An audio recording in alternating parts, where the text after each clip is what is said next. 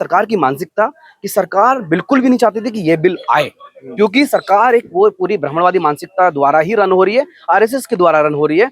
चंद लोग पढ़ लिख कर एक अच्छा संस्थान बनाने की बात कर रहे हैं और उन पर हो रहे अत्याचारों के खिलाफ अपनी बात रख रहे हैं। ये चाहते हैं कि रोहित वेमुला और बने। जो पढ़ने आ रहे हैं तो उनको इतना इस कैंपस में मरना क्यों पड़ रहा है? क्या आपका एक खोखला हिंदू राष्ट्र है और ये हिंदू राष्ट्र हम थूकते हैं, हम इसको नकारते हैं और हम इस पे अपने बाबा साहब अम्बेडकर का इस पर पैर रखकर हम अपने इक्वलिटी का झंडा फहराएंगे। जो स्टे लगाया है इस पूरे मामले पर, पहले फैसला आता है तो कहीं ना कहीं उम्मीद जगती है कि अब SC ST OBC के जो छात्र हैं उनको कहीं ना कहीं न्याय मिलेगा। जो संस्थागत उनकी हत्या होती है उस पर कहीं ना कहीं रोक लगेगी। आप दीव के छात्र भी हैं तो बेहतर तरीके से आप समझ रहे होंगे मैं क्या कहने की कोशिश। हाँ, इससे पहले जब हमको स्टेज से पहले हमको समझना होगा कि क्या मेंटेलिटी इस बिल को लाने के लिए एक बड़े लंबे स्ट्रगल के बाद 2016 से after the murder of Rohit Vemula, साथी रोहित वेमुला का जब उनकी हत्या की उसके बाद एक बड़ा स्ट्रगल लड़ा गया, तब जाके सुप्रीम कोर्ट ने अलाउ किया कि आप यूजीसी को कि आप ऐसी गाइडलाइन लाइए जो हमारी डिमांड भी थी रोहित एक्ट के नाम से, कि जहां हर किसी SC ST OBC स्टूडेंट को प्रोटेक्शन मिल सके, एक सेफ एनवायरनमेंट मिल सके, एक ऐसा एनवायरनमेंट जहां वो बराबरी से पढ़ सके, तभी इक्विटी का उसमें नाम लिया गया। दूसरी बात, जब सरकार ये बिल लेके आती है, सुप्रीम कोर्ट उस पर स्टे लगाती है, लेकिन सरकार की तरफ से कौन सा ऐसा सॉलिसिटर जनरल या वकील एडवोकेट उसको डिफेंड करने के लिए कोई भी नहीं गया। तो सबसे पहले इस पे देखना सरकार की मानसिकता कि सरकार बिल्कुल भी नहीं चाहती थी कि ये बिल आए, क्योंकि सरकार एक वो पूरी ब्राह्मणवादी मानसिकता द्वारा ही रन हो रही है, आरएसएस के द्वारा रन हो रही है। वो बिल्कुल नहीं चाहते कि यहाँ का ओबीसी, यहाँ का ST, यहाँ का SC पढ़ने के साथ साथ एक डिग्निटी के साथ पढ़ सकें, विदाउट डिस्क्रिमिनेशन के साथ पढ़ सकें, एक अच्छा इंस्टीट्यूशन बना सकें जिस इंस्टीट्यूशन में बढ़िया रिसर्च, बढ़िया पढ़े लिखे स्टूडेंट्स निकले। दूसरी बात, इसको सुप्रीम कोर्ट ने स्टे जो लगाया, इस पे सीधी बात है कि तमाम उन 80% 85% स्टूडेंट्स के प्रति एक बड़ा भेदभाव को वैलिडेशन दे रही है। जिस तरीके से मनुस्मृति ने महिलाओं और दलितों और शूद्रों के खिलाफ जो अत्याचार है उसको वैलिडेट किया, उसको वैसे ही देखना होगा हमको, इससे अलग नहीं देख सकते। क्योंकि एक बड़ा जजमेंट, एक यहाँ इस कैंपस में अभी तक जो पढ़ाई लिखाई के हिस्ट्री में, एजुकेशन की हिस्ट्री में एक बड़ा बदलाव आता है। उस बदलाव के बाद एक दिन बाद प्रोटेस्ट शुरू होते हैं। कुछ चंद लोगों के प्रोटेस्ट के बाद, मतलब ये 3% 4% जो 15% लोग हैं, इनके प्रोटेस्ट के बाद वो बिल पे स्टे लग जाता है। तो ये देखना पड़ेगा कि कितना ज्यादा इनसिक्योर, कितने ज्यादा ये लोग डरे हुए हैं कि एक बहुजन व्यक्ति, एक SC ST OBC का व्यक्ति जब पढ़ने के बाद वो अच्छी शिक्षा लेने के बाद एक अच्छा समाज बनाने की बात कर रहे हैं, उस चीज से डरे हुए हैं। अब देखो आर्गुमेंट देखो, जब ये प्रोटेस्ट हुए सुप्रीम कोर्ट का स्टे लगने के बाद अपर कास्ट बोलता है कि हमारे माँ बाप हमको मना कर रहे हैं कि हम SC ST OBC से दोस्ती कैसे करें। अरे सबसे पहले जो आपने कल्चर को नॉर्मलाइज कर रखा है, वो कल्चर क्या, ब्राह्मणिकल जातिवादी कल्चर, जिस कल्चर को तुम नॉर्मलाइज कर उसको एबनॉर्मल करना पड़ेगा, कि वो नॉर्मल कतई भी नहीं है। जिस तरीके से आप मजाक में किसी को भी मजाक में इंटेंशनली विदाउट डिफॉल्ट फोल्ड आप किसी को जातिवादी सेलर बोल देते हो, आपको लगता है अरे नहीं ये तो नॉर्मल है, इस पे तो अगर हम ये बोलेंगे तो हमारे खिलाफ तो कार्रवाई होगी। तो इस चीज से डरे हुए हैं।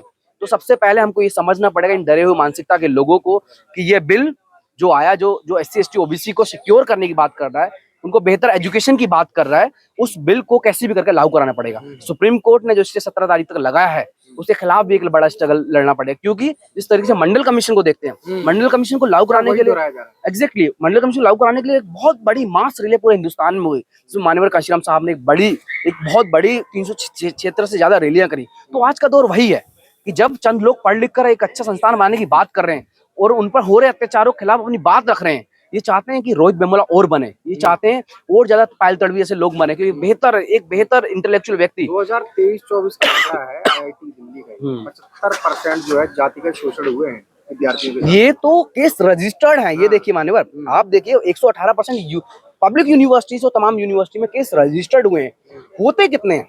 अभी देख, एक दलित व्यक्ति कितना वर्नेबल होता है। एक दलित जब इंसान स्टूडेंट पढ़ने आ रहा है अपने गांव से निकल के, उसको अपनी बात रखने में इतना ज्यादा डर का माहौल बनाया जा रहा है। क्योंकि जब हम DU आते हैं, दिल्ली यूनिवर्सिटी या ऐसी पब्लिक संस्थानों में जब आ रहे होते हैं, हम देखते हैं आते ही यहाँ पर एक हायरार्की देखने मिलती है, एक सुपीरियरिटी देखने मिलती है, एक सुपीरियर टेंडेंसी देखने मिलती है कि कुछ लोग, चंद लोग बेहतर पढ़ाई 4-5 किताबें अपने प्रिविलेज से पढ़ के आ रहे हैं, तो हमको इतना इनसिक्योर कराते हैं कि ये लोग बोल ना पाए। हम 4 बातें बोलने से डरते हैं, उसके बावजूद भी हमको ऐसा माहौल प्रोवाइड करें क्लास से लेकर क्लासरूम तक जब दोस्तियां होती हैं, दोस्ती भी एक कास्ट ग्रुप में हो रही है यहाँ पर, जब राजनीति होती है वो भी कास्ट ग्रुप में हो रही है।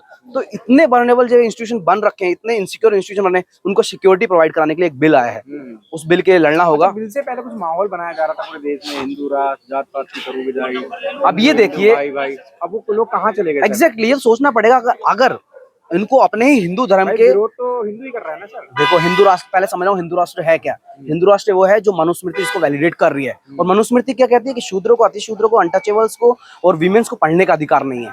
तो हिंदू राष्ट्र का आइडिया इनका ये, अगर ये हिंदू एकता की बात कर रहे हैं तो अपने ही कम्युनिटी, अपने ही हिंदू राष्ट्र में ओबीसी, एससी, एसटी, जो इनके हिंदू, जो अकॉर्डिंग टू, मतलब हम तो नहीं मानते, लेकिन ये चाहते हैं कि एक पूरा हिंदू अपहोल्ड ये है, तो उस देश, उस वर्ग के 50% लोगों को पढ़ने का अधिकार क्यों नहीं दे रहे? जब वो पढ़ने आ रहे हैं तो उनको इतना इस कैंपस में मरना क्यों पड़ रहा है?